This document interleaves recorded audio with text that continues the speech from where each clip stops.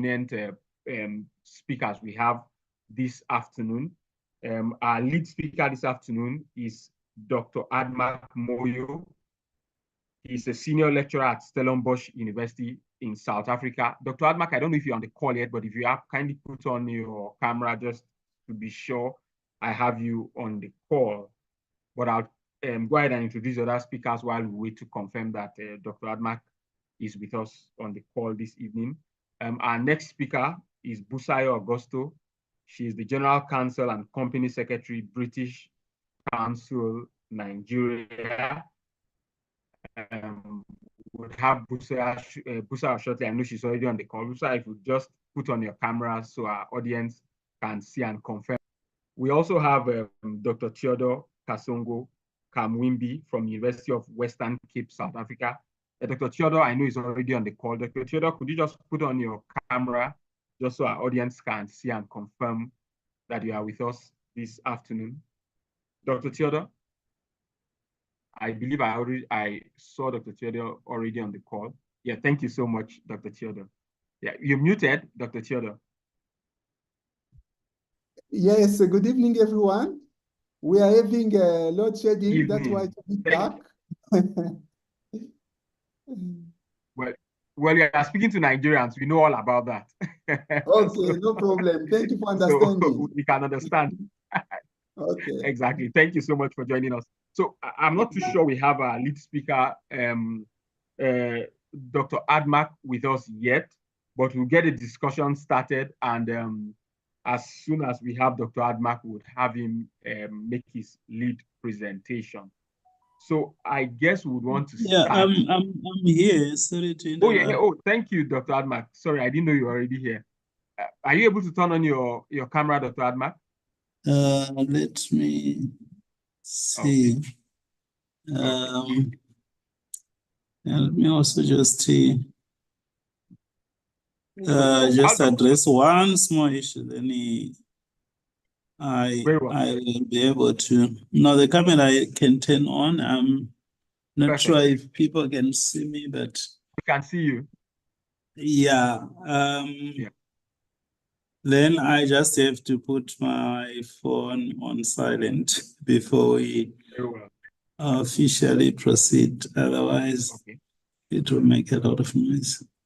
Okay, very well. So while Dr. Admak just gets set up, just last housekeeping.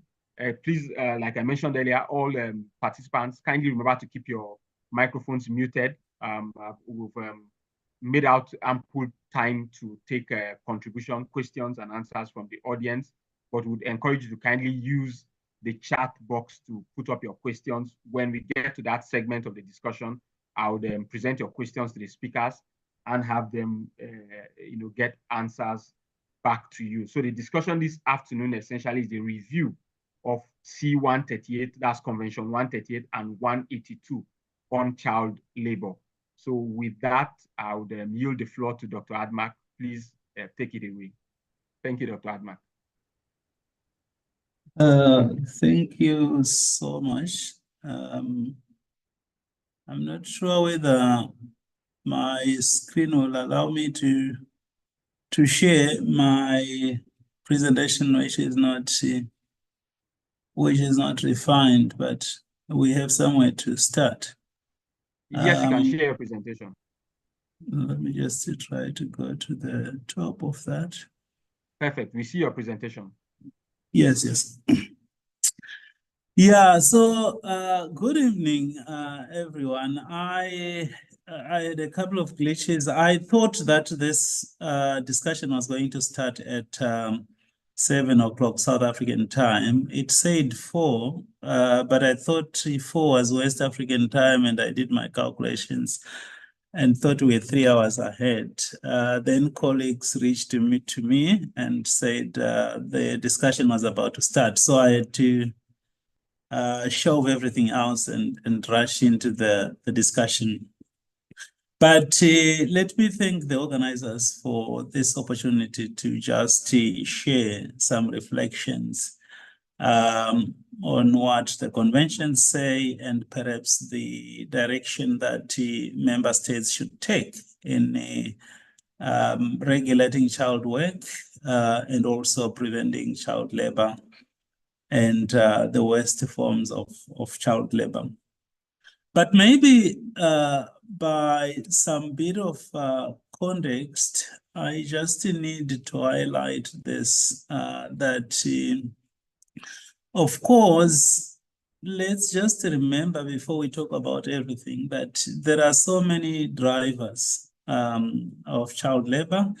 There are so many drivers that cause children to want to work. These are some, where unaccompanied children find themselves usually on foreign territory and they don't know anyone. But you also have in Africa, I think, armed conflict, which is driving a whole lot of things, including children having to compromise and then get involved in the worst forms of child labor. Then you do also have poverty, which is quite a driver in Africa. And I think governments are not doing enough to address that. If we don't get the fundamentals right, my view is that we will always be talking about these problems. Then you, of course, have other related issues. But for me, these are some of the key drivers of the problem. And what we then find is that children move, whether within their country or across regions in the same country or across countries, and sometimes across continents. I mean, I live in South Africa. You have children that come from as far as what do you call Somalia, sometimes Ethiopia, and they don't have documents and they are looking for opportunities. There are so many reasons. Some, as I have said, driven by armed conflict.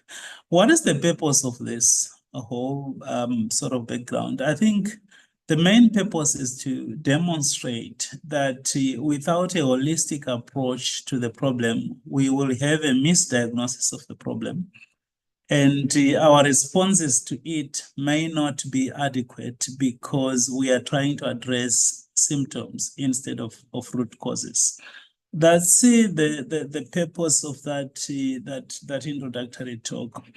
Let me just also highlight that because of these other causes, you find a lot of children then compromising and getting into all sorts of arrangements to earn a living.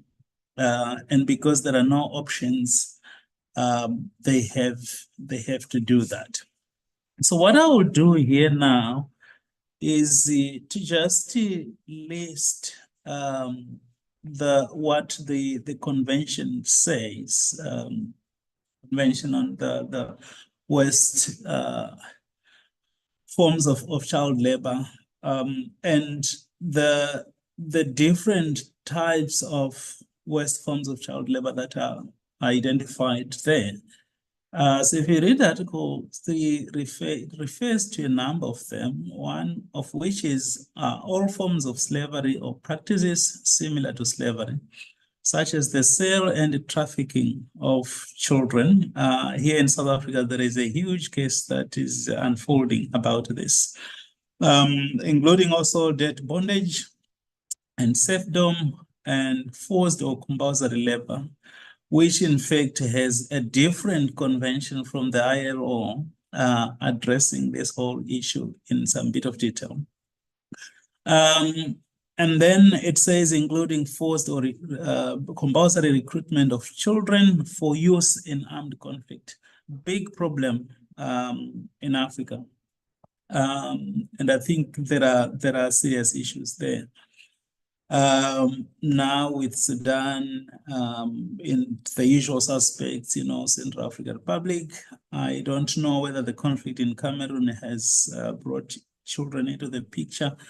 But children are employed in various roles, sometimes as child soldiers to be directly involved in armed conflict, sometimes as messengers, carrying information from one point to the other.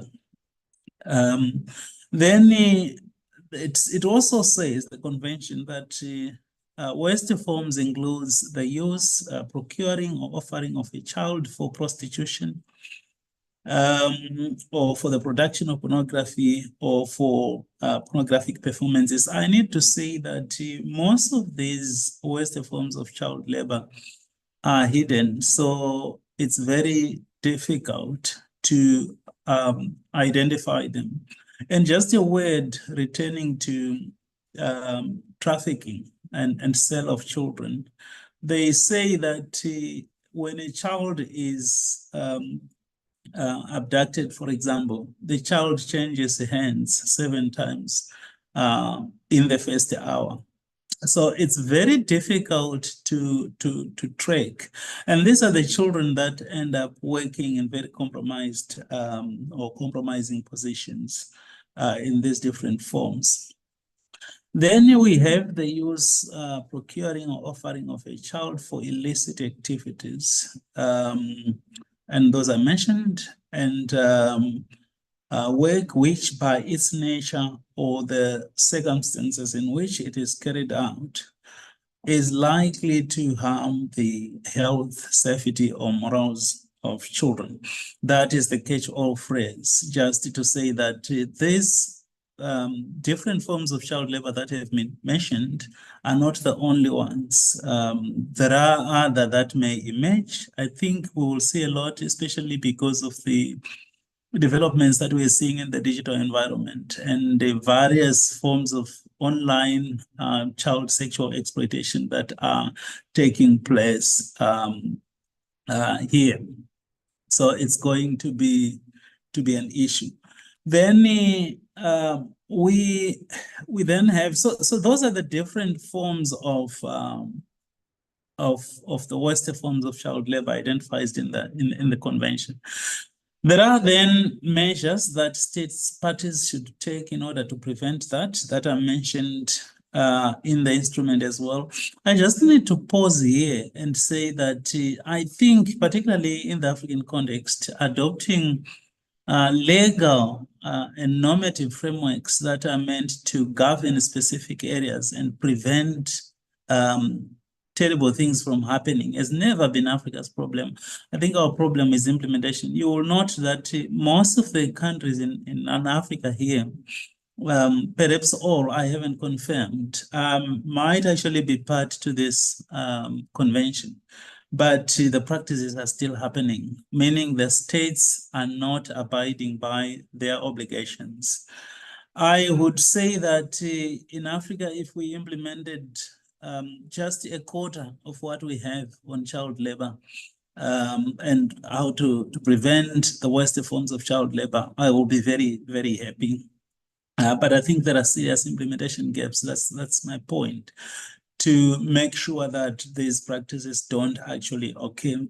So you do have a list there that I may not be getting into in great detail, including, of course, education on the elimination of child labor and providing necessary assistance for the removal of children from the worst forms of child labor. That's a big one. And let's remember, sometimes these children are trapped in territories that are not theirs, or regions that are not theirs, and it requires the assistance of the state. Then you have a whole lot of other things that I can't get into that should be done in order to prevent the practice. Now, I just need to say this before I move on, that apart from the convention, so you will notice here, I hadn't put this in order, but maybe let me start by going to the other ILO convention that talks about these related issues, and skip the convention on the rights of the child. I think I'll come back to that. So we do have, of course, the Abolition of Forced Labor Convention that talks to everyone else, whether it's a child or an adult. Then you have the convention, the minimum age convention that seeks to prevent the employment of child labor. There is the employment of children in different contexts. I wanted to come to this slide, but before I say anything about this, I need to say that having a minimum age can be positive, but it also has its own setbacks. And I mean, there are so many practitioners here who should be aware of the challenges. One good thing is that if you say this is the minimum and you get a hold of culprits in the form of companies, including multinational companies, hiring children in exploitative conditions, once you establish that they are below the age of consent or employment, then you can hold the culprits capable. So that's a plus. The downside, though, is that you drive a lot of child labor / child work, underground, in the sense that children then are not prepared to say, we were actually employed. So they will even lie about their ages because they need to survive. This is why I think, the ILO conventions, because most of them are not obsessed about, apart from this, of course, about the minimum age. They acknowledge that children work for this or the other reason. Children work, and once you do that, you then give protection, the necessary protection to children who find themselves in varying forms of employment relationships.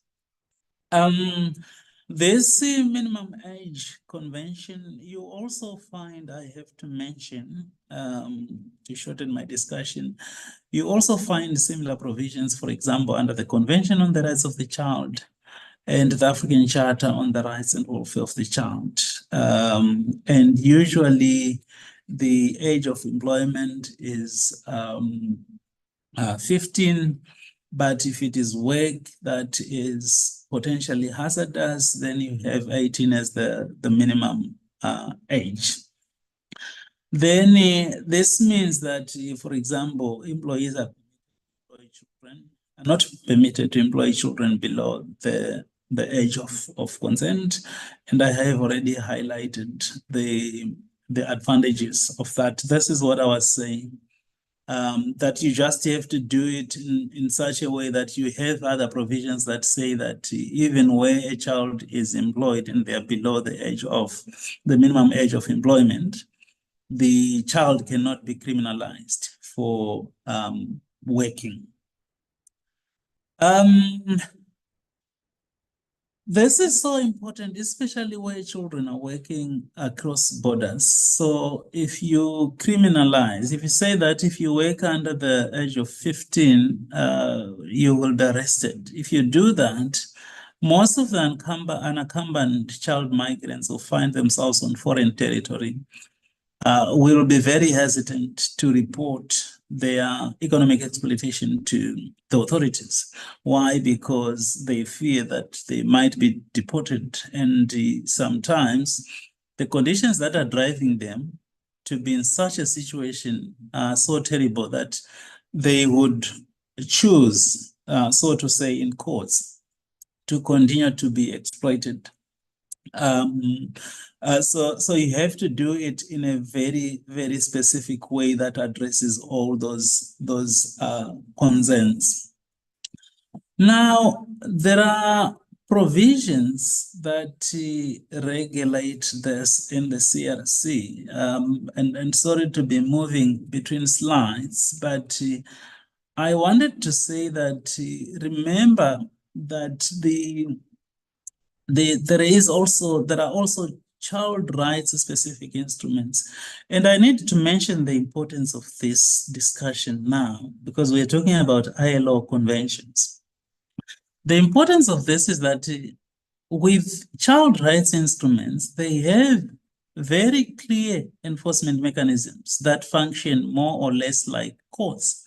So if you look at the Committee on the Rights of the Child, which is 18 members who are experts in that committee, it monitors the Convention on the Rights of the Child. If you look at the African Committee of Experts on the Rights and Welfare of the Child, it monitors the implementation of the African Charter on the Rights and Welfare of the Child. The good thing is they make decisions that states respect, because these institutions are established by states. They're human rights bodies that are there to enforce children's rights. And you have somewhere to go if violations okay. With ILO instruments, it's the accountability mechanisms are not so clear. And states get away with a lot of things because there is no clear monitoring body that is power to make decisions and to even hear complaints from individuals or other adults that are bringing complaints on behalf of children. Now, I have said a whole lot of things. I think I've gone on for about 13 or so minutes. So I'll just use the last 1 minute or two to just highlight some of the things that I think should be done. I mean, those are the CRC provisions. I can't go into that because of time. One thing that we have to understand, I think, is that nowadays we live in a global village, and I think it's very important for players to advocate for solutions that have an extraterritorial dimension. Sometimes, as I've said, children cross borders, and for states to effectively regulate or prevent child labor, the worst forms of child labor, you necessarily need to involve other states. So I would say a sub-regional approach, for example, ECOWAS or the African Union or SADC, which is very useful instruments, I think, when it comes to this. If you do that, you make sure that you address both the drivers, but also the symptoms of child labor and the worst forms of child labor. The current regulatory framework allows member states to arrest children for violation of immigration laws. And without effective regulation of labor migration, unskilled and undocumented labor migration, I would say, it's very difficult to protect the children who work in countries that are other countries than the countries from which they originally come. So these are the solutions that I'm proposing in this. I won't, read through them. They are there. But I think we also have to help troubled countries experiencing armed conflicts and disasters, to make sure that we limit the impact this has on children working in very dangerous conditions.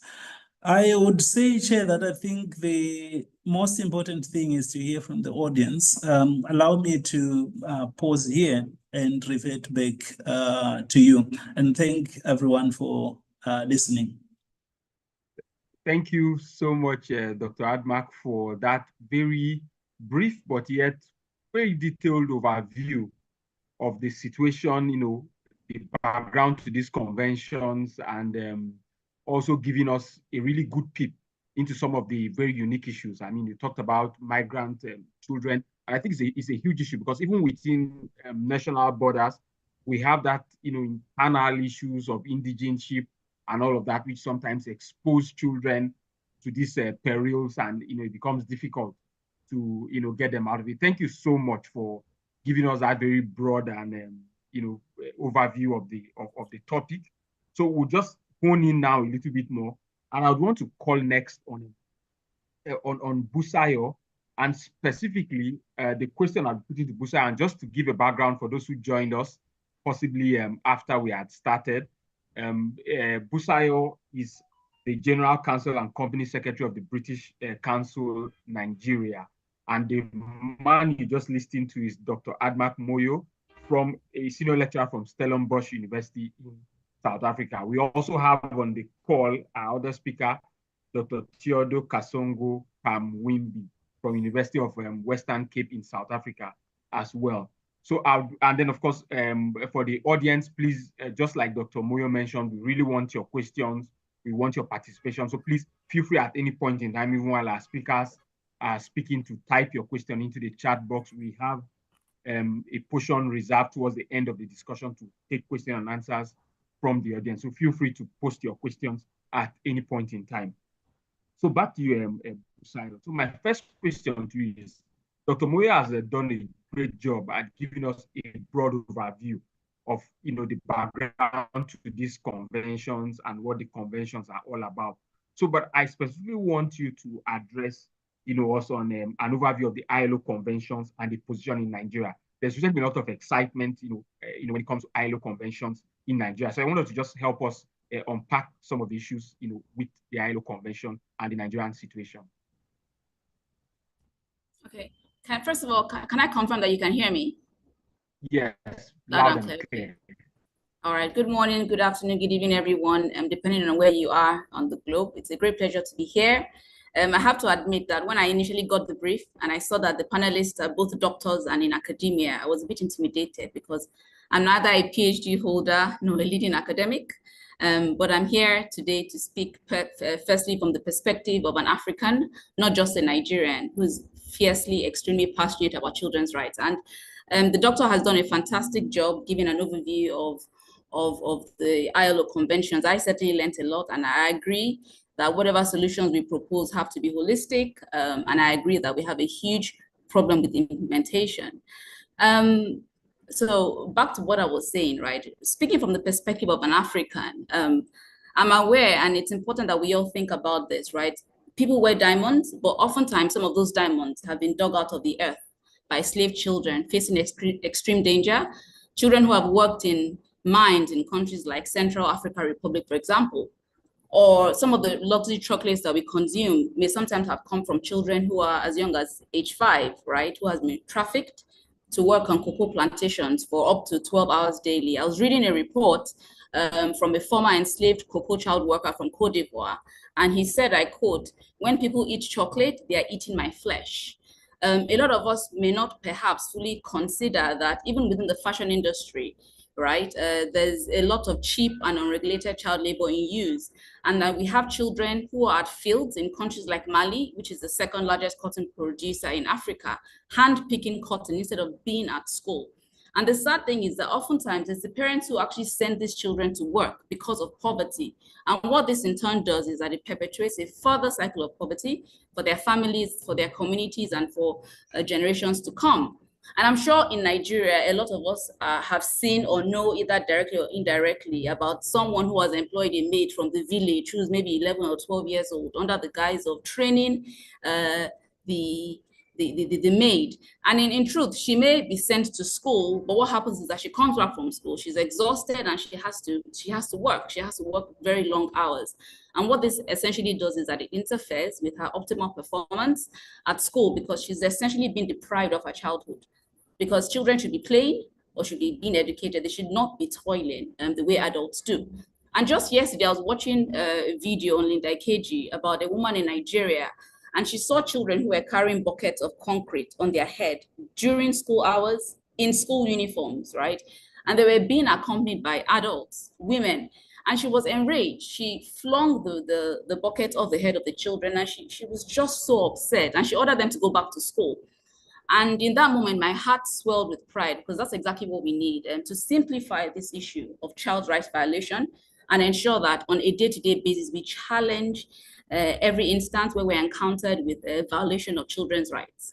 So I come from that perspective, and also from the perspective as a lawyer who knows that without adequate enforcement, without concerted action, and without a supportive environment that actually holds people and organizations accountable, then no amount of laws will have the level of impact that we require. Here in Nigeria, the stats are very clear, right? According to the NBS, which is the Nigerian Bureau of Statistics, 4 out of every 10 children in Nigeria are trapped in child labor, because it's important that we contextualize the fantastic theories that we've just heard. And we know that currently the economic circumstances have greatly exacerbated the overwhelming pressures that people have. And so we have a lot of families who are torn between continuing their education or fending for their aged parents or other family members. Some parents have had to literally withdraw their children from schools. Some have had to enroll their children in lesson centers because they simply cannot afford the school fees, right? And we can expect to see this trend increase because inflation rates are soaring, the naira devaluation, cost of living is increasing, etc., etc. Education has become like a second option for a lot of households. Now, here in Nigeria, because when we talk about the ILO conventions on the minimum age and on the elimination of the worst forms of labor, we need to understand the current legal framework and to see how they work together. In Nigeria, we have the Child's Rights Act, which was passed into law in 2003, a year after Nigeria ratified the 2 ILO conventions that we are discussing today. So the Child Rights Act is essentially the main legislation, right, that seeks to protect children here in Nigeria. It's been domesticated in 35 out of 36 states, except Kano. And under that act, a child is defined as a person under the age of 18 years old. Then, too, we have the Labor Act, which defines a child as anyone younger than 12 years old. And you can obviously see that there's a disconnect, because I think, in my view, that there are lots of loopholes and gaps that can be exploited as a result of this discrepancy. And when you look at the position in the UK, for example, children as young as 13 can engage in part-time work, right, with some exceptions. And it's also very clear that a minimum age for full-time work is 16. And so I think it's important to have clarity on exactly what the law is so that people are not able to exploit gaps in the law. I'll be done very soon. And then we have regional instruments and, of course, the ILO conventions, which have been discussed extensively. I'm not going to go into that because I think that the doctor has done a fantastic job. What's important to know is that Nigeria has ratified both conventions, and that we have other policies as well in Nigeria. We have the National Action Plan on the elimination of child labor. We have the National Policy on Child Labor. The point is that we have a myriad of a regulatory framework. We have laws, we have policies, we have regulations. There's no shortage of that. However, Nigeria is very cultural, it's very traditional.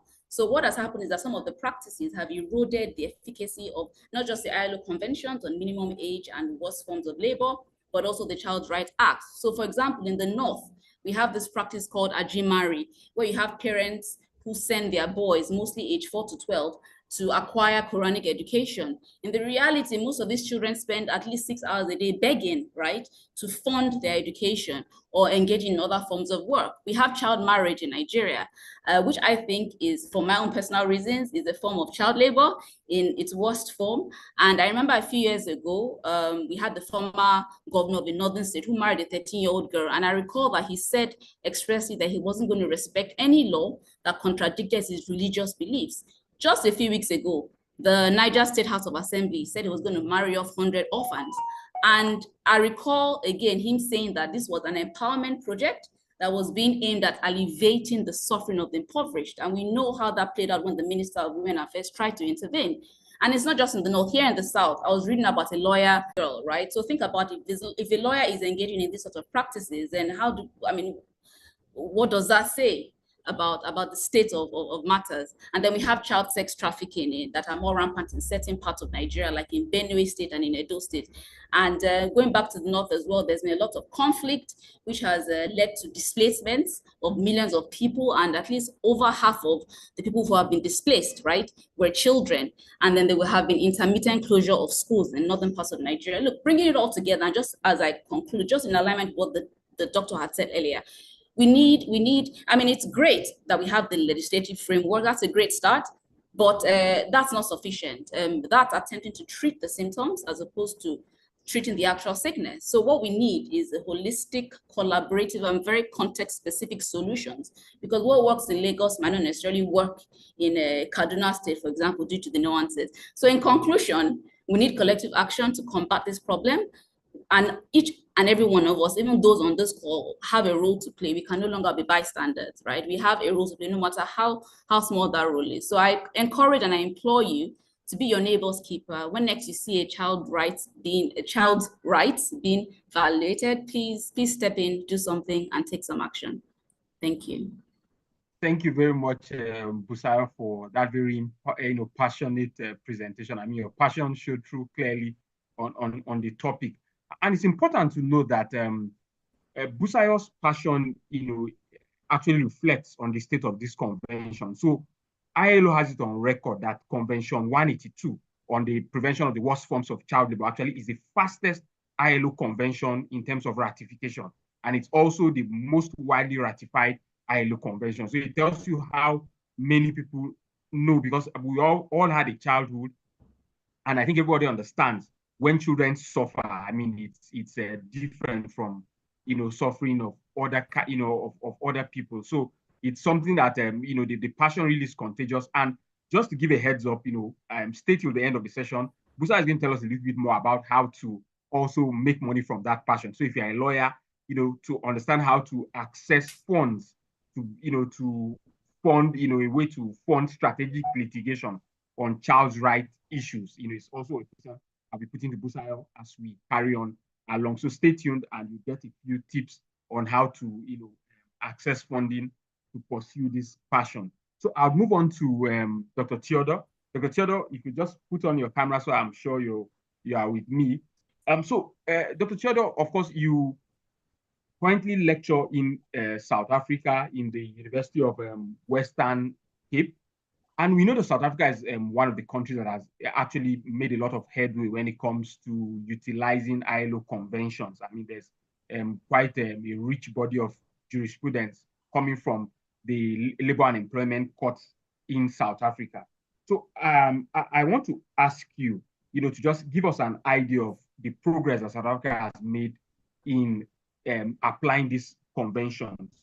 And we'd like to have your views, to help us, particularly within the Nigerian context. Like I mentioned at the beginning of this discussion, the Nigerian courts recently, particularly Supreme Court in Nigeria has endorsed the fact that the National Industrial Court in Nigeria can apply international best practices, including ILO conventions. So that's creating a lot of excitement. So we want to know from the South African experience some of the unique things that have happened in South Africa, and how best, to bring these conventions to bear to alleviate the plight of, children who find themselves in situations of child labor.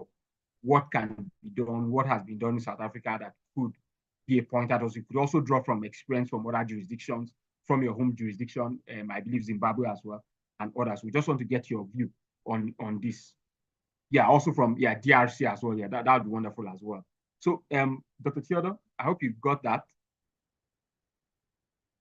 I hope Dr. Theodore is still with us.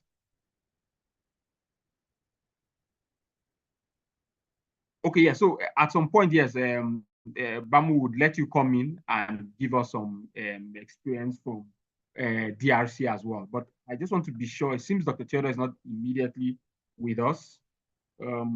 I can't see Dr. Theodore yet. So maybe I'll throw this to Dr. Admak to just give us an idea of, particularly from the viewpoint of the courts, how have the courts in South Africa been able to bring to bear the provisions of this convention that could be a pointer to us, particularly here in Nigeria, where we are hoping our courts would borrow a leaf and increasingly bring these conventions to bear. Oh, Dr. Theo is from, oh yeah, I got that, sorry, apologies, I thought it was from Zimbabwe. Okay, so Dr. Admak, could you just give us a few pointers as to how the South African courts have utilized the ILO conventions, particularly if there are any examples from C138 and C182, in South African jurisprudence. Dr. Admak, if you are speaking, you are muted. We can't hear yet. Okay, thank you. Yeah, you're still muted, Dr. Admak.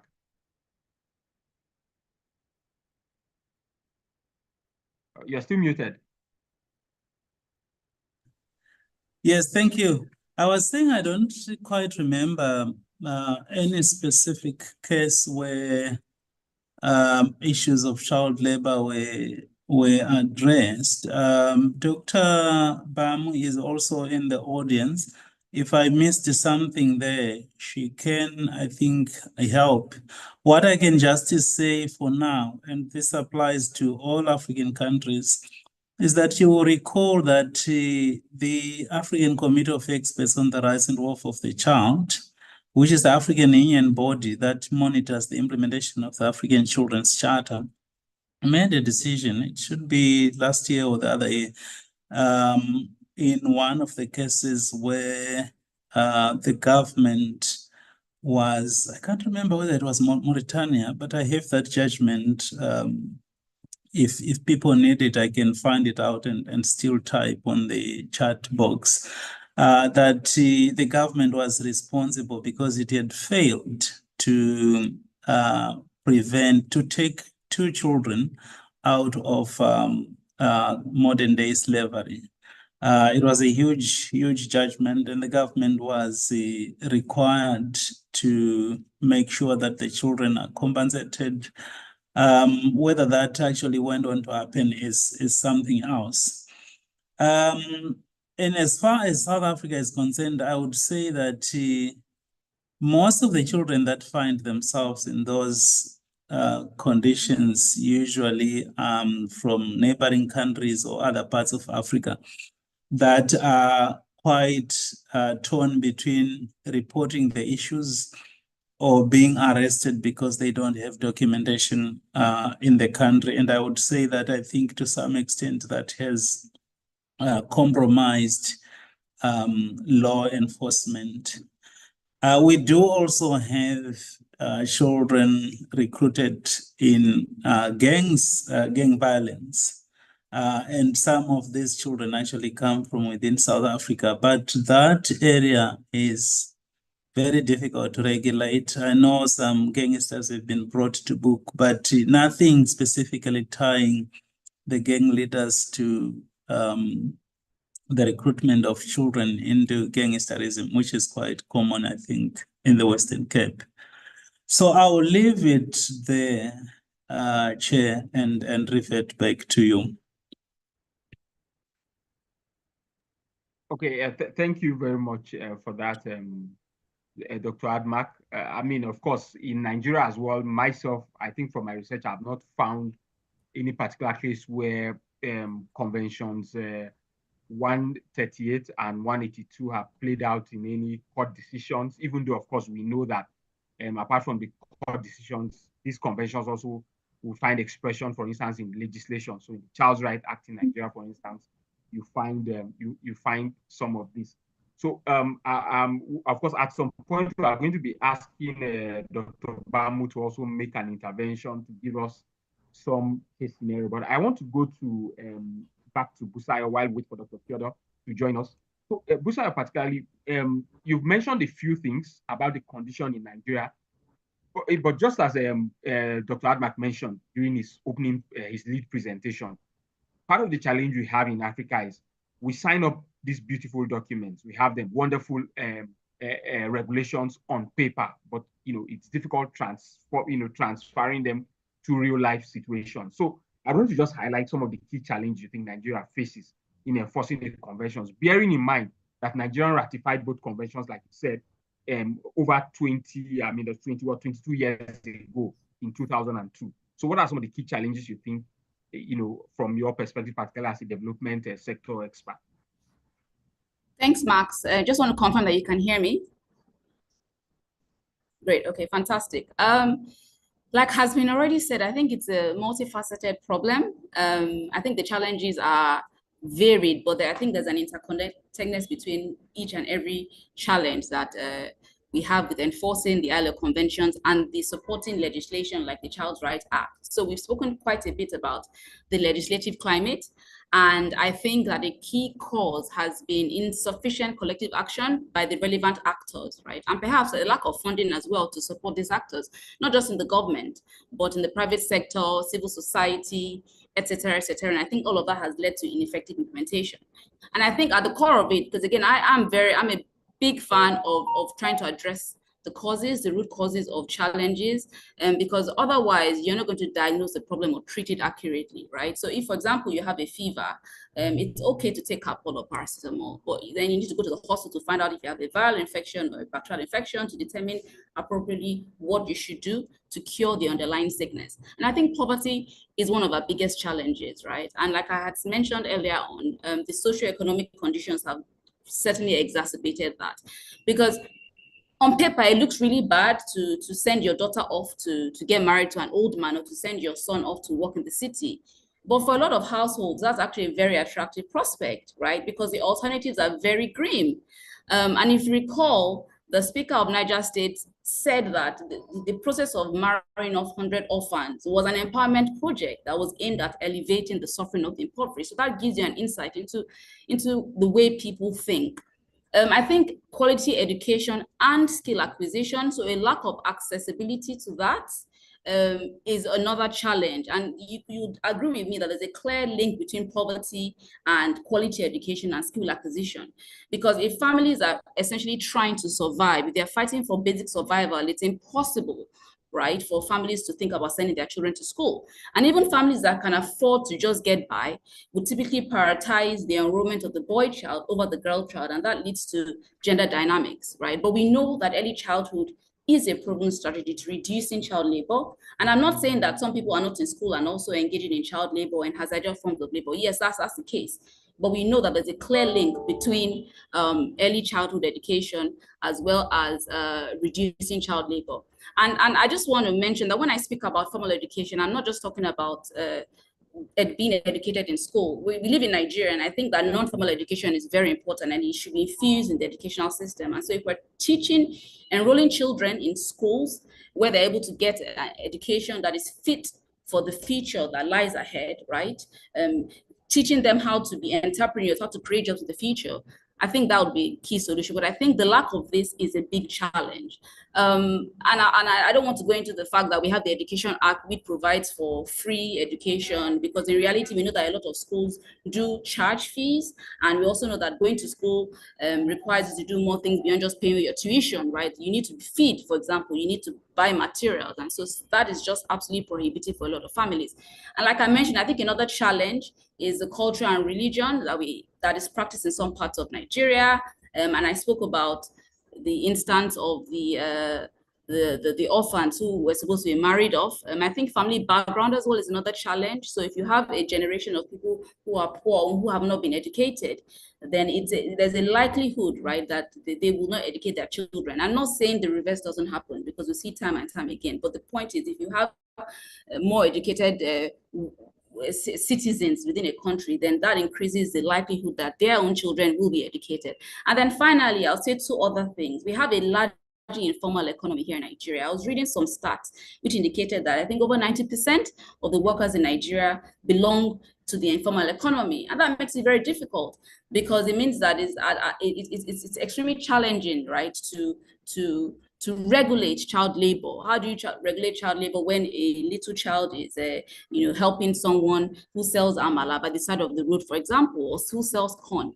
And I think finally, I need to say this, I think there's also limited awareness and advocacy, because people don't realize that child labor not only harms the child physically, mentally, emotionally, but it also affects their generations to come. And I have seen the power, the impact of education, and how one person being educated has completely transformed their generations to come. And I guess those for me are some of the key challenges. I'm sure there are many more, but those are the key challenges that I think are prevalent within the society that we find ourselves. Thank you very much, for very briefly summarizing the key challenges we face in Nigeria. And I'm sure Dr. Admak would agree with me that these challenges cut across to other jurisdictions in Africa, because poverty is always a huge issue. But you touched on something important, and my next question to Dr. Admak would build up of that, which is the place of education, within the conventions themselves. So, for instance, the conventions in placing, the minimum age. Sorry, Chair, there is somebody speaking. I can't hear you. I added to maybe if they can mute themselves.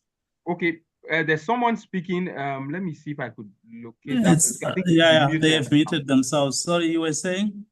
Yeah, so I'll say my next question to you is coming from the viewpoint of education.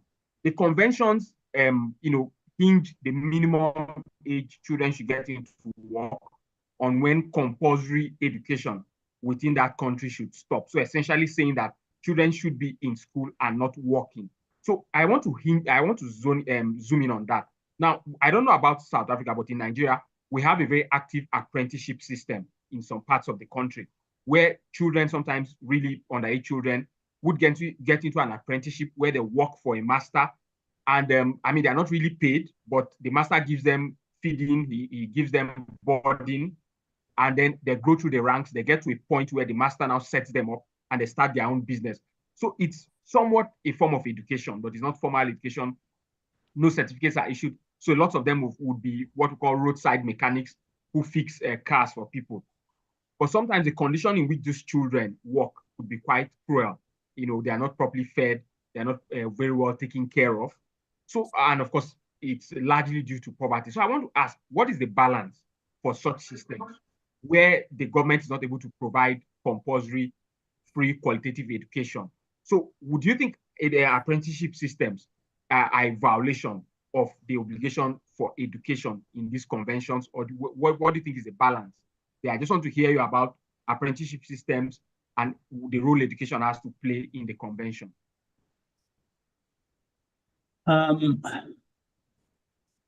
Yeah, thank you for this, Chair. I didn't quite hear how the apprenticeship system works, but I think I have an idea to work on. So a couple of things. Before I respond to that, I wanted to say that, and this is following up to Busayos's presentation, that I wanted to add this challenge, and we often forget about it. The population group that we're dealing with doesn't have the luxury of time. So you can be a child today and have all the protection that is envisaged in the ILO conventions and the other United Nations instruments. But when you reach the age of majority, all that protection falls away. And I want to say this in a way that says, let's remember children don't have the luxury of time.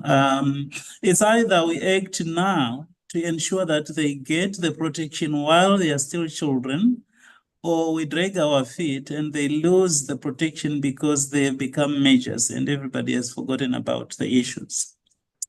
Now, back to your point about the apprenticeship system where children get some kind of vocational training to get life skills and then proceed that way. I would say that, so there are two things there. The first one is that most of the countries, I think, don't really prohibit that.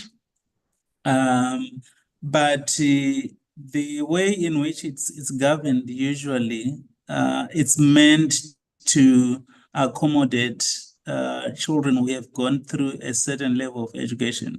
So let's say secondary education.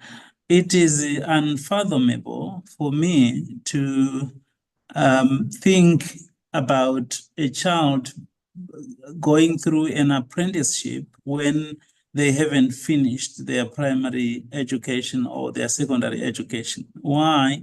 Because that automatically takes away the time for them to actually be in school.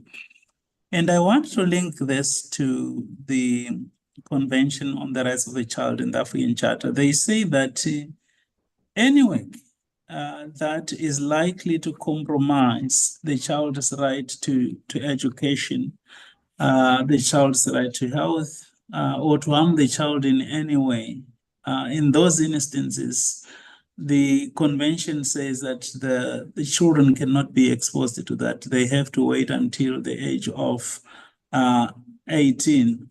I have read something that is quite similar. The provision that I said was the catch-all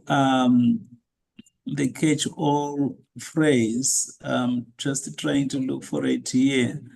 I can't seem to find it. That says that children should not, it says work, waste a form of child labor, work which by its nature or the circumstances in which it is carried out is likely to harm the safety, the health, and the morals of children. So I would still say that even the ILO conventions themselves, they don't foresee situations where children are employed and that work violates either their safety or health or morals. And I think that should close the discussion. Just another footnote to say that in terms of the Convention on the Rights of the Child, you will note that however we employ, so to say, children, whatever we do with children must be in the best interest of the child. And those interests include basic and developmental interests. And anything that harms the child's developmental trajectory to be a fully functional human being who is capable later on as an adult to look after themselves and to function optimally in the world. If that work affects the movement of the child in that line, that work I would say is not in the best interest of the child. And the discussion, I think, should end there. We do have practices, and Dr. Bamo would confirm this. In Zimbabwe, for example, where you have huge tea estates where children are employed. I know at some point at the Tanganda estates, children were employed. I think this is still going on. You work during the day, then at night, you get an education. So you're working for the education. But that by the time you are meant to start classes, the body is tired, you are no longer there. There are a few cases of success, but I would think that that is another example of a practice, I think, that compromises the health and development of the child and should not in any way be promoted. Instead of looking for those opportunities, I think states parties and non-state actors should invest more money towards making sure they fund children's education, including other basic necessities of life, such as food and healthcare, for them to get an education.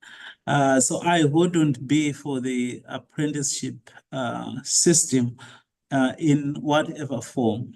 Over to you, Chair.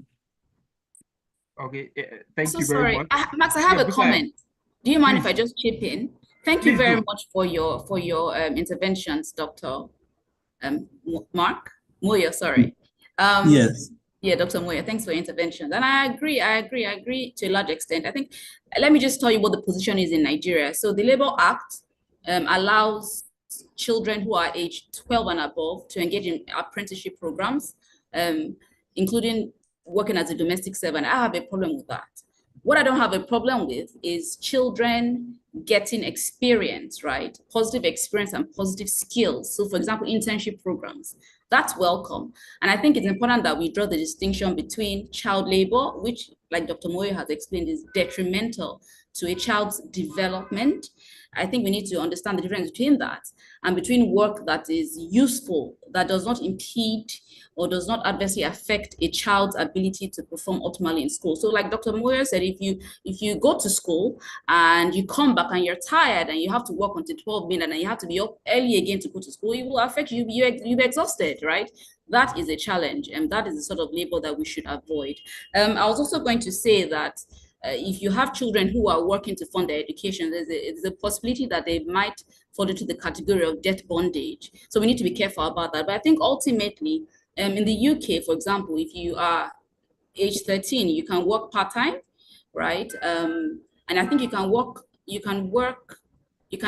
as a model, you can work in the creative sector if you get like a permit. But I think there is a place for work experience as you grow, as you develop. I had a holiday job, for example, when I was in university, when I was in secondary school, rather, but it definitely did not affect or impede my ability to wake up early, to go to school, to be refreshed, and to just be a child. So I think for me, I intend to ensure that as my child is growing up, he is exposed to positive work experiences, because it will build the skills that he needs at the end of the day to be either an entrepreneur or an employee. But that is a positive experience, which is quite distinct from exploitative labor, which impedes the development of children. So I'm not 100% against child labor in the way I've described it, but it has to be a positive experience, and it should not adversely affect your ability to be educated. Just a footnote, Busayo, there. I think you do have a point.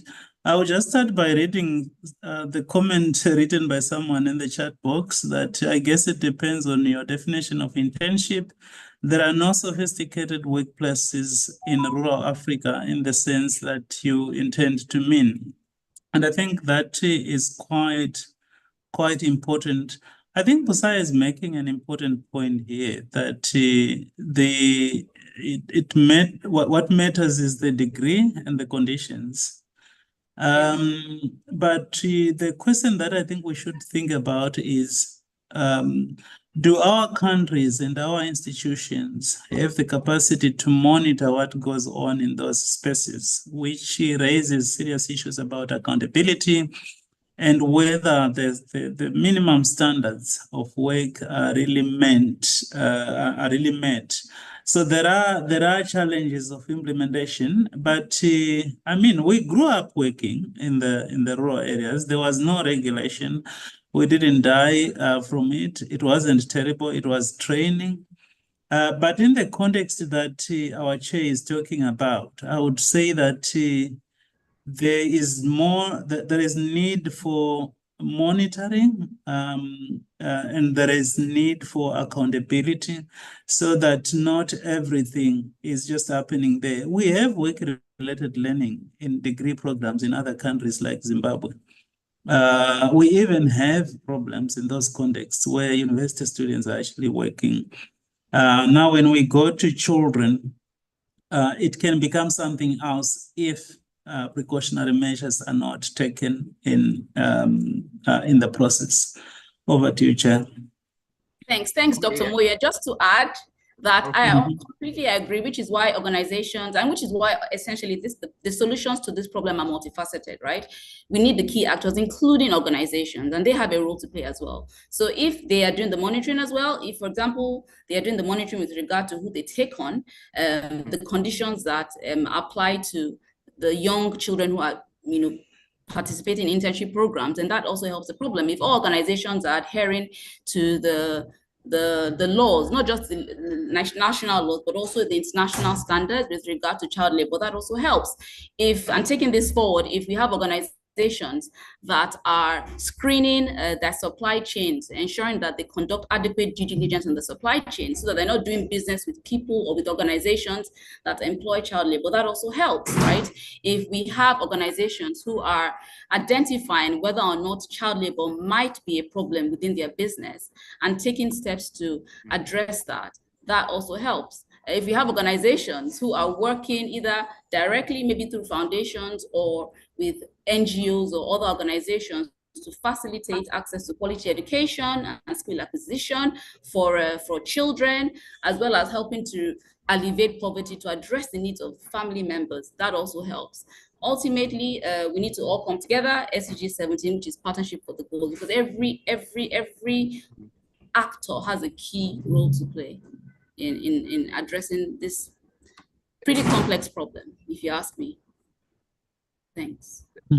Yeah, thank you very much, Busayo. And I think it's important, the context both of you have just brought to this question, because it's important to understand that these conventions don't, the conventions also understand that there's also an issue of youth employment, which the conventions do not want to stifle. So, I mean, when children or at least young adults are able to get useful experiences, of course, the convention is against exploitative or work that would, in essence, hamper the growth and development of children. So I think it's really good that both of you have brought in that balance to make it clear these conventions do not completely outlaw useful work experience. And just to add also to some of the things you have said, Busa, that there are also organizations, for instance, the fair trade organizations within the tea industry, for instance, that ensure that, you know, everybody who is in that sector, and even in chocolates, for instance, now there's also a league that tries to ensure that their supply chain is vetted, that there's no child labor entrenched somewhere in that supply chain. So increasing, of course, that becomes important. So as we begin to wind up, please, if you have a question, I already see one question from Max, Janio. I'm so sorry, but there's another challenge with Yes. that. I just wish going forward that organizations be more transparent, because that's the problem. There's lack of transparency with regard to supply chain, which makes it difficult.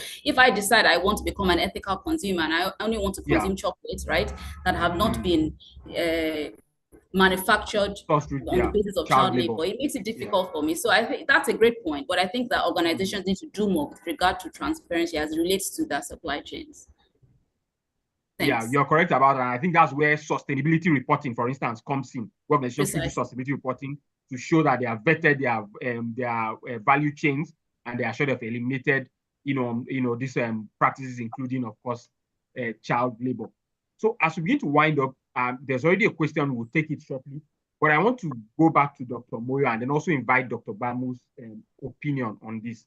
Now, in the course of Dr. Moyo's presentation, he mentioned particularly Article 4.1 of the convention that would ask governments to determine the type of work which, by its nature or circumstances in which it is carried out, is likely to harm the health, safety, or morals of children. So I want to know, Dr. Moyo, have African governments actually made this determination? Have they drawn up a list to indicate what kind of work is not acceptable?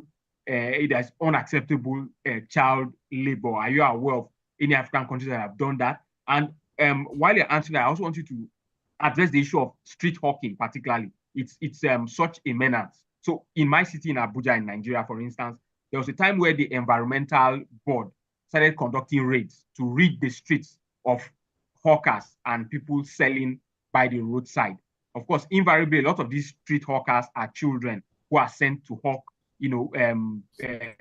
fast-moving consumer goods and other things on the streets.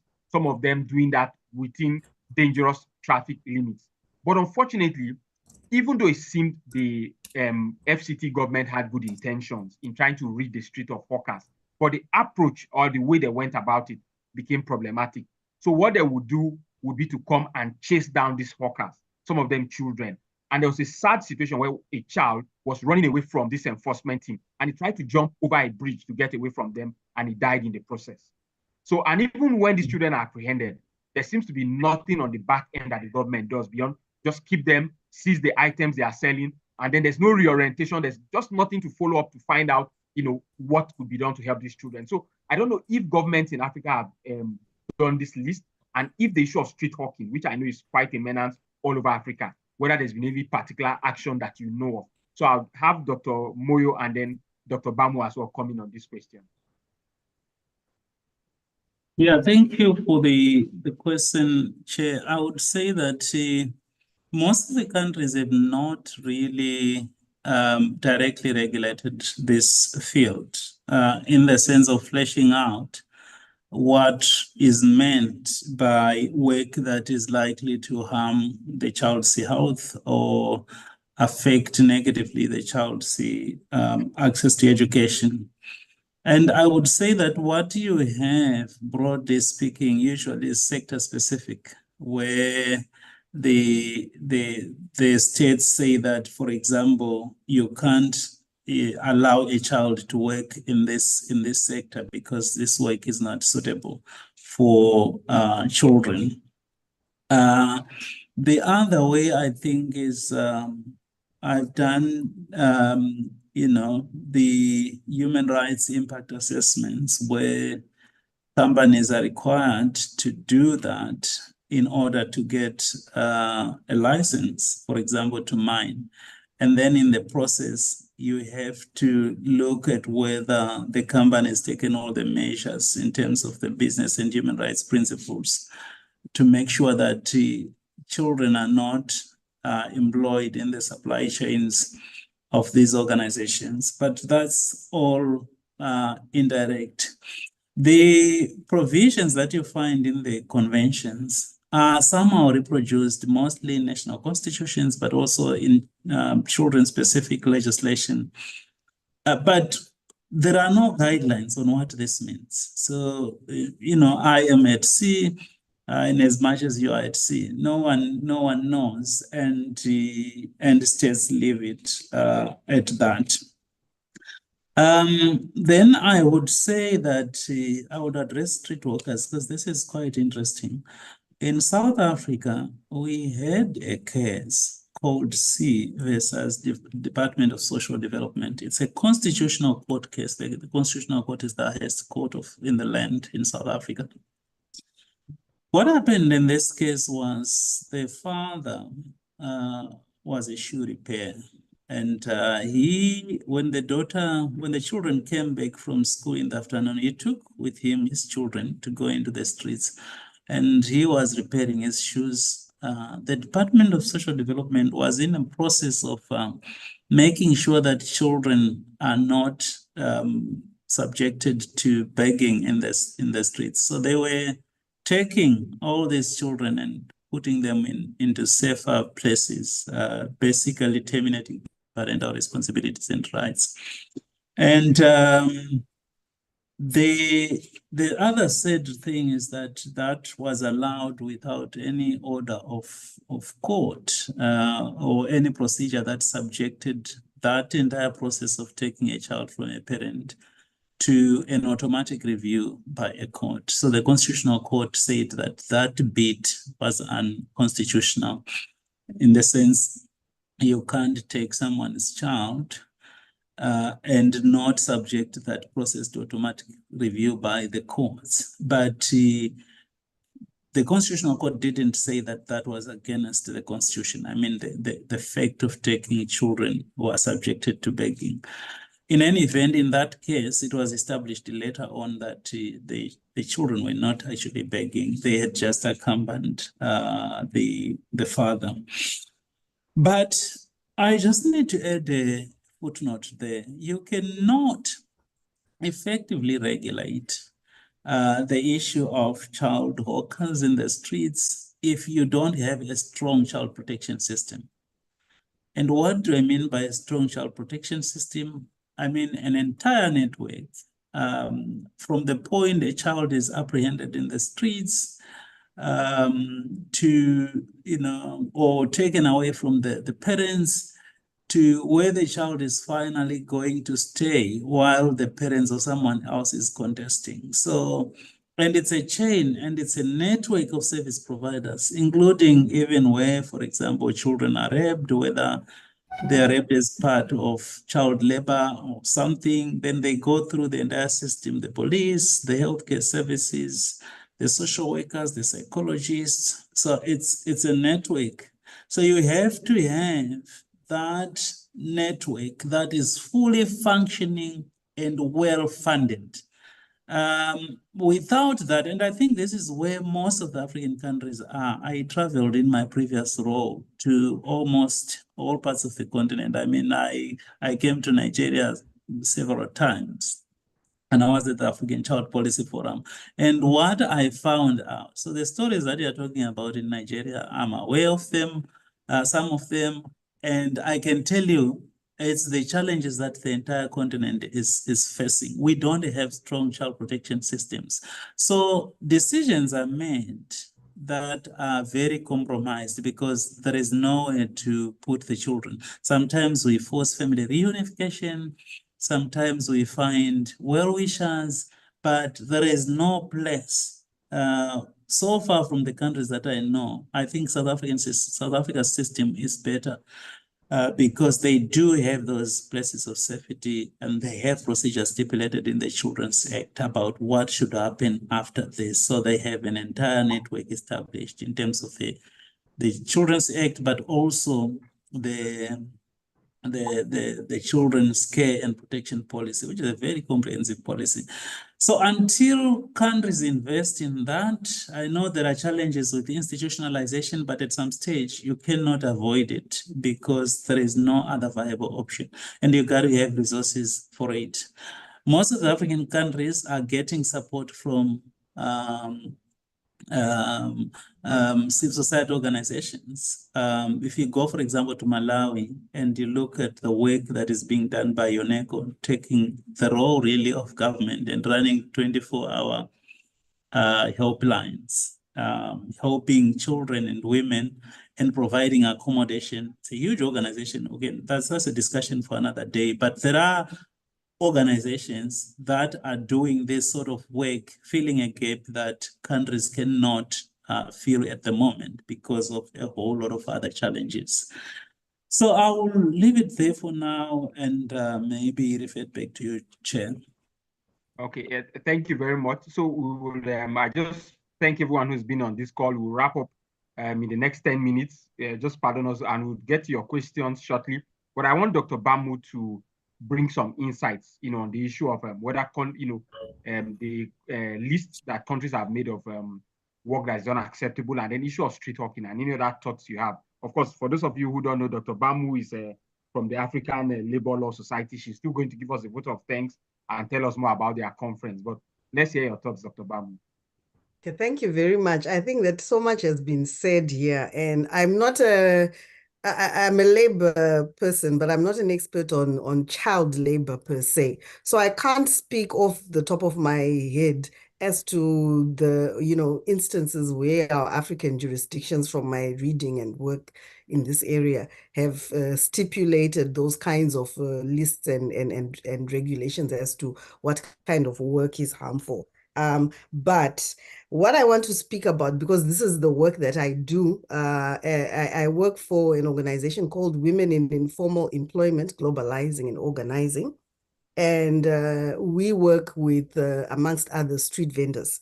And this issue, particularly in Africa, particularly in the developing world and all over the world, really, of street vendors as a menace, street vendors, they are dirty, overcrowded, and so on. It comes up a lot in the discourse around the informal economy. And I just want to highlight a few things. I think one thing is that we have inherited a system of regulation of street trading that is from the colonial era.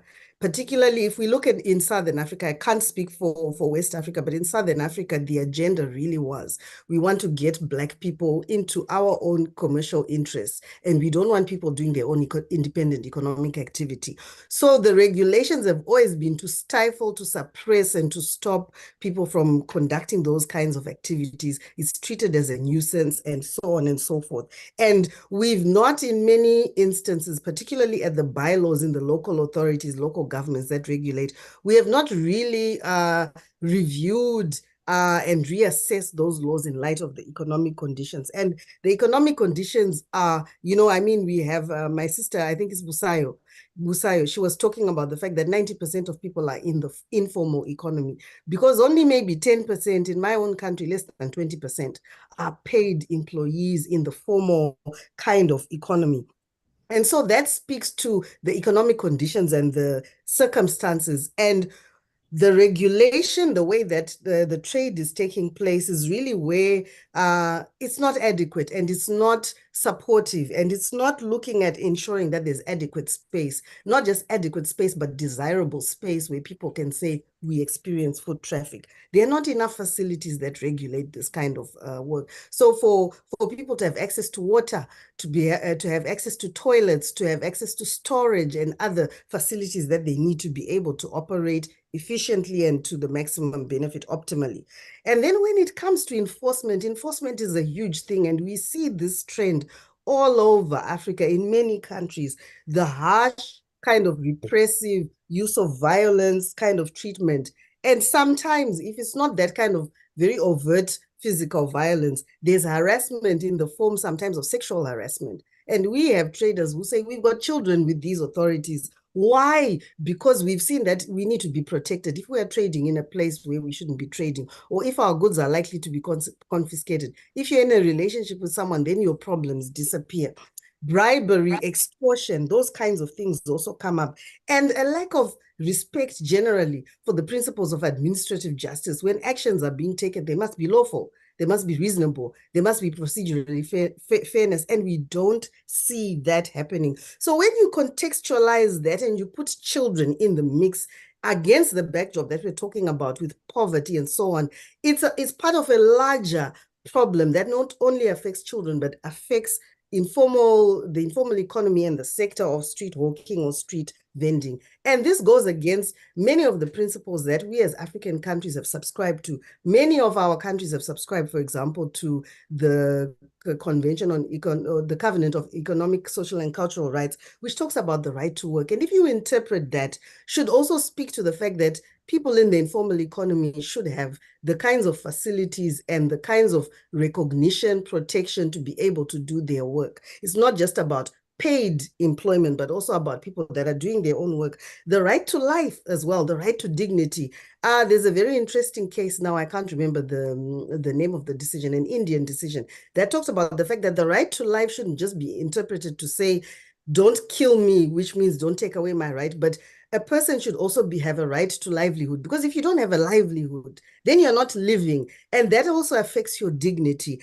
And all of these rights really could be interpreted to mean that governments should be putting in place measures, policies, bylaws, regulations that are enabling and that create the kinds of conditions that people can trade and do so in a way that's not considered to be a menace, to be a nuisance, to be dirty, and so on. I could go on and on, but I just wanted to contextualize child labor within that broader framework of the informal economy.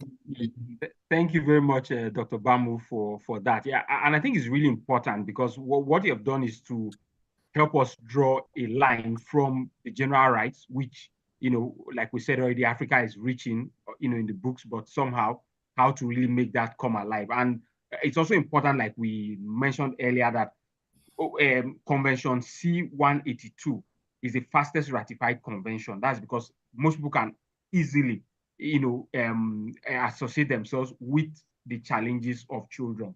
But before we wrap up and we take the questions, I just want Busayo to take a direct question, because these issues are happening, Busayo, and a lot of us here are concerned and passionate about this issue. But again, you know that for lawyers, I mean, these children might not be able to afford the fees, to get a lawyer to represent them in court. So are there funds available, development funds for strategic litigation in this area? Elan particularly is interested in becoming a lot more vocal when it comes to public interest litigation. And I think this is one area that will benefit from. But again, of course, we don't want to end up doing this pro bono, and then it gets to a point where we ourselves have to withdraw our children from school and have them help us carry our files to court, and then we end up, being sued ourselves. So tell us about funding. How can we get funding to pursue strategic litigation in this area? Thanks, Mark. Sorry, I missed it. Are you asking about funding opportunities? Did I hear you? Funding opportunities, yes. Development funds available for this kind of sector, and then general hints about how to access development funding for this purpose. Okay, yeah, there is international funding that's available for initiatives to, for example, strengthen the capacity of justice seekers, or to enhance the quality, the availability, the coverage of the justice services that they provide. So, for example, there's been funding that has been disbursed for justice sector reforms as they relate to human and child rights, or to improving access to justice, like you've mentioned. There's also funding to increase access to critical social services, for example, education, because again, these all go hand in hand, right? If you're trying to reduce child labor, then you're also trying to provide the support system that's required to keep them going, and also to help support the families as well. Because someone put a comment about penalizing parents, and I agree, but then you need to think about the root cause. Why are parents resorting to marrying their daughters off early, or sending their sons to the city to work, right? We also have to address that, because otherwise we're not treating the root cause. We're only just trying to place a band-aid on a wound. So those are the types of matters that would typically attract international funding. In terms of eligibility, Elan is registered as, correct me if I'm wrong, a company limited by a guarantee. Is that correct? I believe an incorporated trustee, but sure. Incorporated trustee, but it's an NGO, exactly. NGO. So perfect, exactly. So the structure is perfect, because with funding, your heart has to be in it. The reason why international organizations are providing funds is to solve very critical socioeconomic challenges, right? Rather than help organizations become more profitable. Because when you think about it, in addition to everything that has been said, child labor could lead to an underskilled or unqualified future workforce. So it's a big problem, not just for today, but for future generations to come. And we have to keep that in mind when determining eligibility to access funds. So typically, in terms of the structure, it would be non-for-profit entities, essentially organizations that are working in the civil service, civil society sector that would be eligible to attract funds as opposed to commercial law firms. And I think what's important to note is to position yourself to attract funding. You do have to demonstrate evidence. So typically, I can't speak for all the funds, right, all the donors, but I can speak for the large donors like the EU, UK DFID. It's all on the internet. If you go on their website, you see the procedures required to access certain types of funds. But they'll typically want you to demonstrate evidence of prior activity over a period of time. And so it's important, you mentioned pro bono work, well, that's the way to start, because if you don't have a track record that they can refer to, then how do you convince them to give you money, right? So you do need to start with some pro bono work to show that you're in it for the right reasons, and to show that you can do the work. I won't go into any further details about the due diligence exercises that will take place, but believe you me, a lot of that will take place. So like I said, I've spoken about eligibility, I've spoken about the structure, I've spoken about what they look out for. So I guess I would say to position lawyers to attract funding. Practically speaking, now you would either apply as an NGO by yourself with some track record to demonstrate that you've done some great work in the child rights space, or you could partner with an existing NGO, right, to complement the services they already provide. So you could say to them, okay, you know what, we think it's important to improve access to legal representation. So let's expand the scope of what you do. And that way you are already working with an organization that knows the ins and outs, that knows exactly where and how to obtain funding. But in any event, you do need to get involved in the work, right? If you want to really position yourself to access funding. And then in terms of the process, typically you'd submit a concept note, which usually has a prescribed format, and then if that's successful, it will be adopted, and then you apply for the full grant application. And if you're successful, you enter into a grant agreement, etc., etc. In terms of how to find opportunities, I would say two main ways. Firstly, on the website of certain donors, they usually would issue like an expression of interest, right? And then you apply on the basis of that. So you do need to keep looking from time to time. And then the second way is by word of mouth. So within the development space, there are practitioners who will be able to point you in the right direction, who are aware when proposals will be, calls for proposals will be issued, and the value, the sum that is available to be disbursed.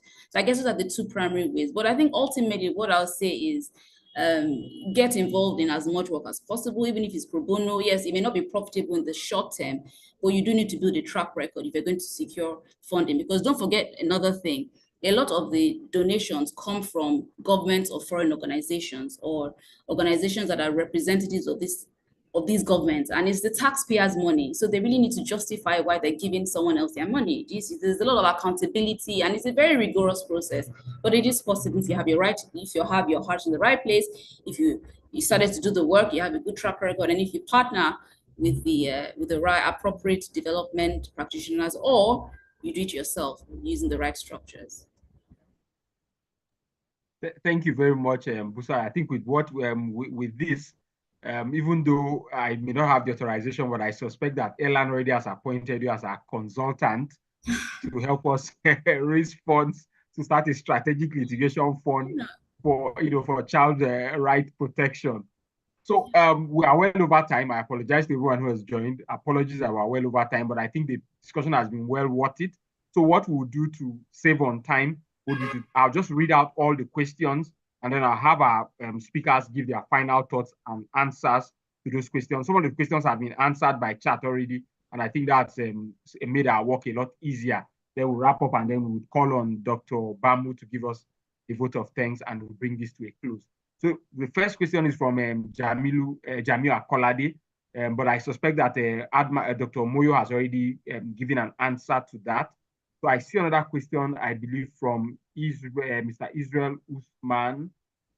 Yeah, so he says, thanks so much for the insights. Considering the nuances, complexities, and the important gray areas discussed, are there specific studies, researches, and think tank policies that can serve as references to help with legislative and judicial action? So I'm sure Dr.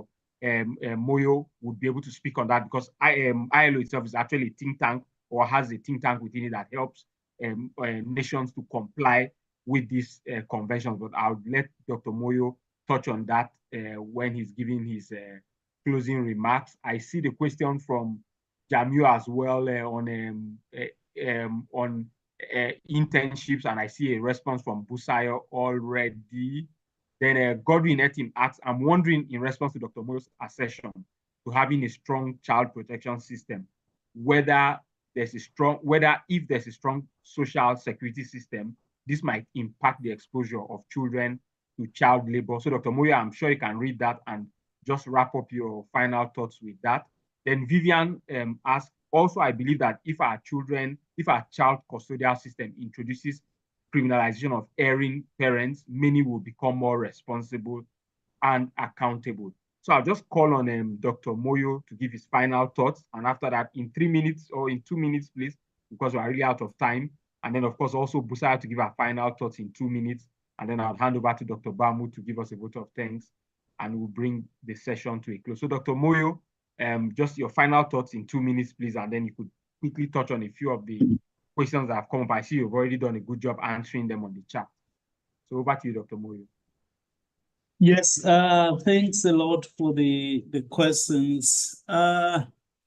Think tanks that can help inform law and policy reform. On child labor specifically, I'm still struggling to reflect on that. What I can say is that you should perhaps check the work of the African Child Policy Forum. They have a lot of evidence-based research products that they produce. I have had the privilege to work between these sectors. The work they publish, I would say, is even stronger than academic papers that I've read for these journals. So it's a very good starting point. So just to say child labor, they will have something, and it's data they directly obtain from government. So it's official data. And then they tabulate it, then they produce a report. They have just produced a report on child poverty this year, and I suspect that you can find some interesting statistics there. A lot of top-notch research reports. I'm not sure about the organizations like Save the Children and Plan International and World Vision, but I can tell you, because we were working with them, they are bound to have something on child labor. And again, based on evidence and evidence obtained from government, so that you use official statistics. UNICEF, that's the leading source. They always say they let data speak. If you check on the UNICEF, you just say UNICEF child labor, lots of reports will come up. They have the Innocent UNICEF Research Center based in Italy that produces all sorts of materials that you can need to help inform law reform and also policy reform. So check those ones out. A strong child social security system, I fully agree. A social security system that is more than just giving people grants, and a system that also helps train children and families to stand on their own.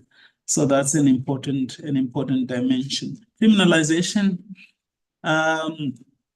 for me, it's not something that we can totally avoid. It's just how you regulate it.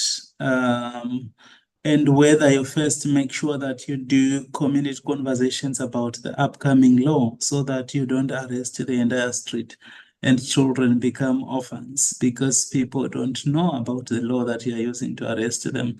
So I would say that I'll be hesitant to just go on the criminalization side, which is not informed by government efforts first to sensitize communities, to let them know about the upcoming law.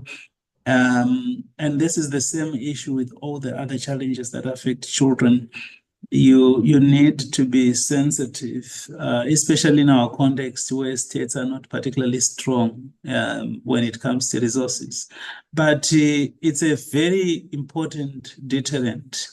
You just have to give a window period and you say, by this year, but before you actually say that, you go into communities the way you go when you're reforming the law to say, in the next 2 years, you do this, you go to jail. And you actually, when the 2 years or 3 years come to an end, you arrest and imprison a couple of people and you publicize it in the newspapers. A lot will change.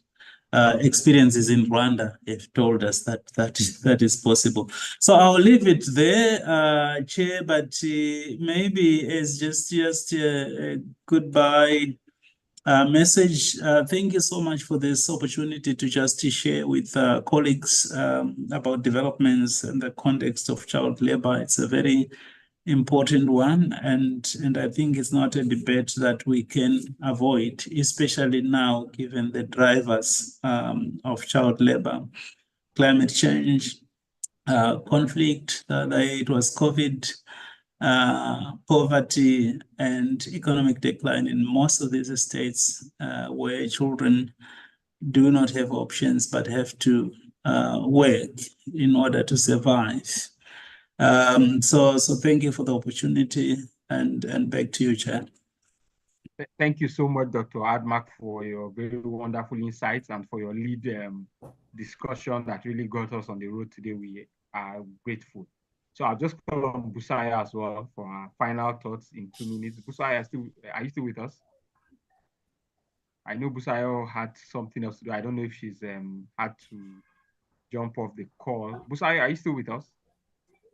Okay. Yes, I'm here. I'm here. Your final thoughts.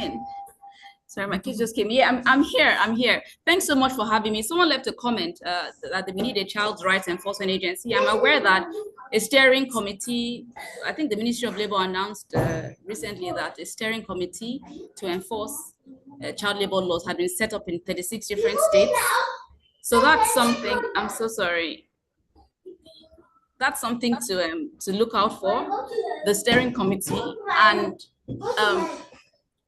I just wanted to conclude by thanking you for having me. Thank you so much for having me here. Sorry, I'm a bit distracted because of the children, but I guess my conclusion would be, as we go forward, let's try and treat the sickness and not just the symptoms, and let's realize that we need a multifaceted approach to this solution. And I want to make a call to action to everyone on this call to do what they can to reduce child labor, to reduce the violation of children's rights. There's an African proverb that says, if you want to go fast, go alone. If you want to go far, go together. So let's go together so we can go as far as possible. Thanks for having me. Thank you very much, Busaya. And I think your children really gave us a fitting end to this because, by coming on, they are really assenting to all that we have said. And I think they've given a note of finality that really ensures that all we have discussed today would really sink in. Thank you so much, Busaya, for your insights. Thank you for all you have shared with us. And we know that you had something else to do. Of course, the kids are there and they need your attention. So before we get sued for depriving them of mommy, we would permit you at this point to run up and say attention. Thank you so much. Thank you. It was a pleasure. So, finally, as we bring this to a close, I'll just be calling on Dr. Bamu to give us a vote of thanks and wrap us up. I noticed Dr. Bamu is saying we should do this work pro bono, but Dr. Bamu, do you want us to withdraw our children from school and have them help us take our files to court? So over to you, Dr. Bamu, for the vote of thanks. Thank you so much. I was just teasing because she said that you start pro bono. So I said as a consultant, she must also start pro bono. That's what I meant. Anyway, thank you very much for this opportunity. You know, I'm always energized by the conversations that we have. I think speaking on behalf of the African Labor Law Society, you know, we're an organization that is trying to build a community of labor lawyers in Africa. It's something that we need to have these critical conversations because many things are talked about in Europe and in America and everywhere else that are not really contextualized to what is happening in Africa. And we believe that we need to know each other, to network, to share. Already we've learned so much about people that, you know, resources that we can draw on from having this conversation. And when we get to the global stage, it's good that we have some kind of collective understanding of the complexities and the challenges that we face in labor markets in Africa. So thank you very much. And just to say that the African Labor Law Society is organizing a conference. This conference is happening in Johannesburg on the 1st and the 2nd of August. And, you know, the title is inviting, it's gathering around the fireside and having conversations about labor law in Africa. And we hope to see many of you there. I think that we'll reshare the invitation so that it's shared in your networks. But just in closing, this really critical conversation, it's been really stimulating and informative. And I'm really proud of Elan. It's a national chapter of the ALLS, and I would dare say, you know, the most vibrant and active one so far. And I want to thank our chair, who was very able. I don't even think I should say Mr. Marx, but Comrade Marx, I think is very fitting. I think that you steered this conversation in a way that really enabled robust discussion and debate, and you weren't flustered by, you know, some of the challenges that came up. I think you're a very able MC. And I want to give great thanks to Dr. Admark, who you know, came to spend time with us as an academic and someone who's also been in practice in this area of child labor. And very glad to have connected and learned from Busayo, who's extremely passionate on this topic. Thank you very much for being here, for sharing your insights. And thank you so much also to Elan and to ILO. You know, there's a lot of work that goes on behind the scenes. President Jamiu is very active, and I know Shehu is also always, you know, working on the preparations leading up to these discussions, and there are several other colleagues that are in the background. I just want to acknowledge you all and to just celebrate, you know, this is really an exciting development, and we hope to continue to have these debates. So I want to say Dalu, Eshe, Nagode, Imela, thank you very much, and enjoy your weekend. It's great that so many people took time on a Friday evening to be here, which just highlights the prominence of this organization and also just the value that it brings and the importance of this discussion. Thank you very much. Thank you very much, Dr. Bamu, for that wonderful vote of thanks. And of course, that brings us to the end of this webinar. We appreciate the collaboration from the ALLS. And of course, we look forward to the wonderful conference. So thank you so much, everyone. Have a wonderful rest of the day. Enjoy your weekend. And just stay tuned. Elan is going to have another webinar in this series as well, as we keep exploring the ILO system and understanding more and more, you know, the instruments available to improve labor and employment law all over the continent. So thank you all. Stay tuned, and you'll hear from Elan soon for our next webinar.